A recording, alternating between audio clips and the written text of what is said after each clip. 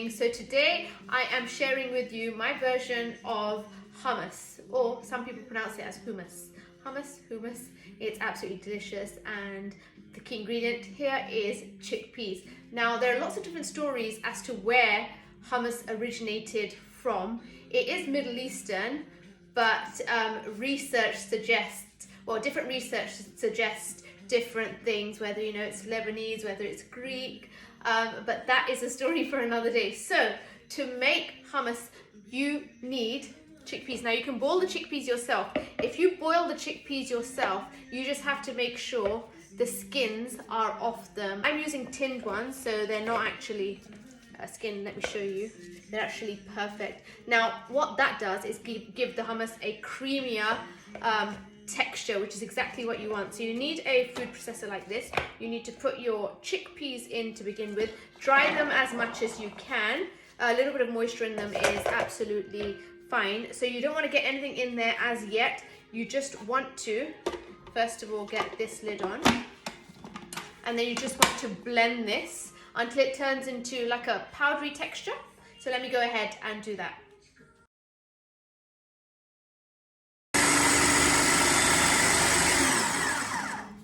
Okay, I can see it's powdered up, and that is perfect. That's exactly how I want it. I now want to keep this on a low, and I'm going to speak a little bit louder. I need to go in with my fresh lemon juice, like this. It's going to give it a nice zesty flavour. I need to go in with finely chopped garlic, like this. To add key ingredient tahini to make this even more fluffier and creamier with this sesame paste tahini. Just that out into here.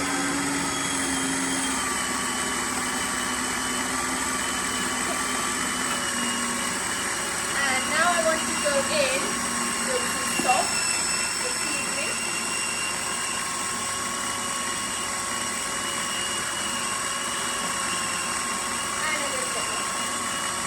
Pinches are quite small. And now a key ingredient.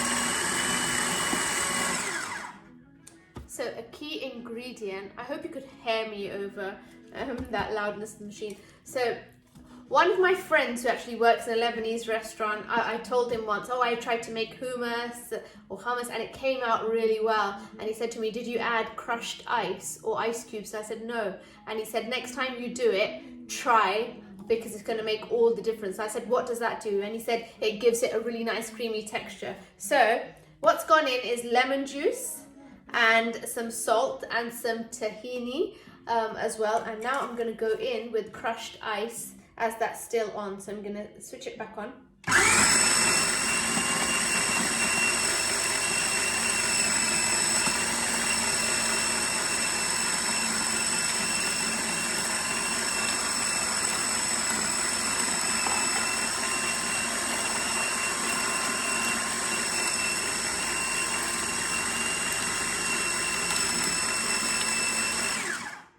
Okay, I can already see that is getting really nice and creamy. Now, don't feel that you can over blend this, you can't. What I need to do is actually now leave this blender on for about 3 minutes to get it really nice and creamy, and then we will have a taste and come back and see if it needs anything else.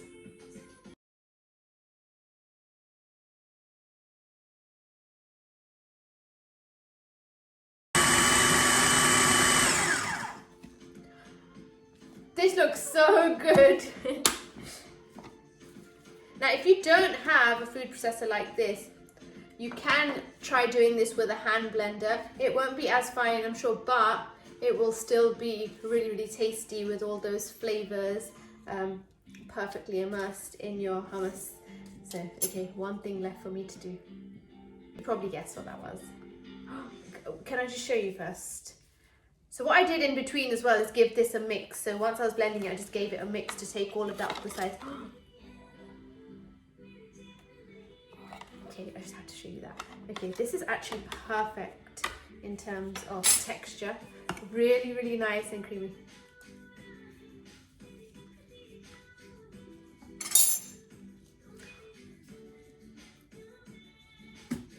I'm just lost for words. That is so tasty. It just needs a little bit more salt. Actually nothing else. Just a little bit more salt. And get this back on just for 30 seconds. That's it. Okay.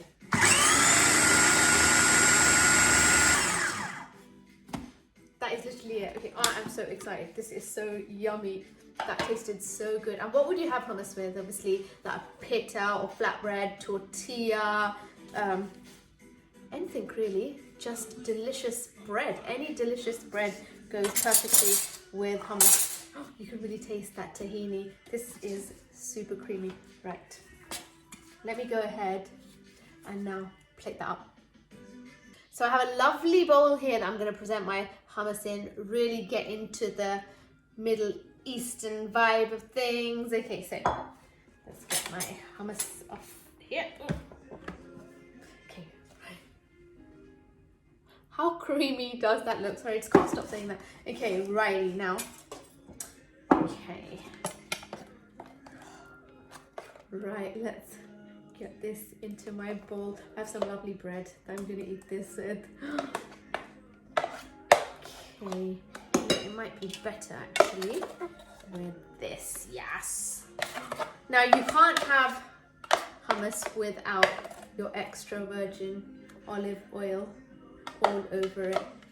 And I have a special one that I'm going to be using. This is too creamy, it's so delicious, that taste. Guys, you must try this. If you are hummus lovers, make your own hummus. And look how easy it was. That literally took me a few minutes. Tinned chickpeas I use, so you don't have to boil them yourself. If you want, you can, but just tin is perfect. Okay, I'm gonna get the rest out of this a little bit later. Okay, get that in there, get that in there. So delicious. Now, okay, there's a trick to this, and what you do is you spoon, and I do it, I just turn the bowl because I just think it makes it so much easier. So there's a way of doing this where you're almost making like a nice hole in the middle. Oh, that looks perfect. I don't want to touch it, but what I do want to do is, okay, now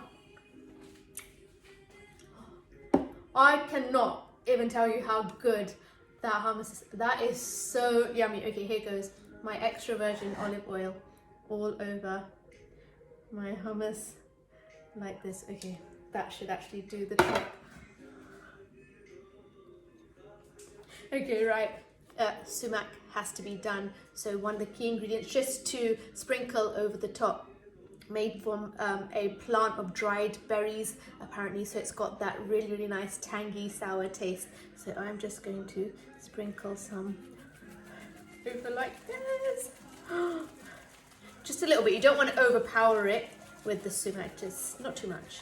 Tiny bit more, a little bit. Yeah, guys, that is my hummus. Look how delicious that looks. You can see for yourself. Guys, I hope you have enjoyed that. I'm going to go and enjoy that now with some flatbread. In the meanwhile, stay safe and stay happy. See you soon. Bye.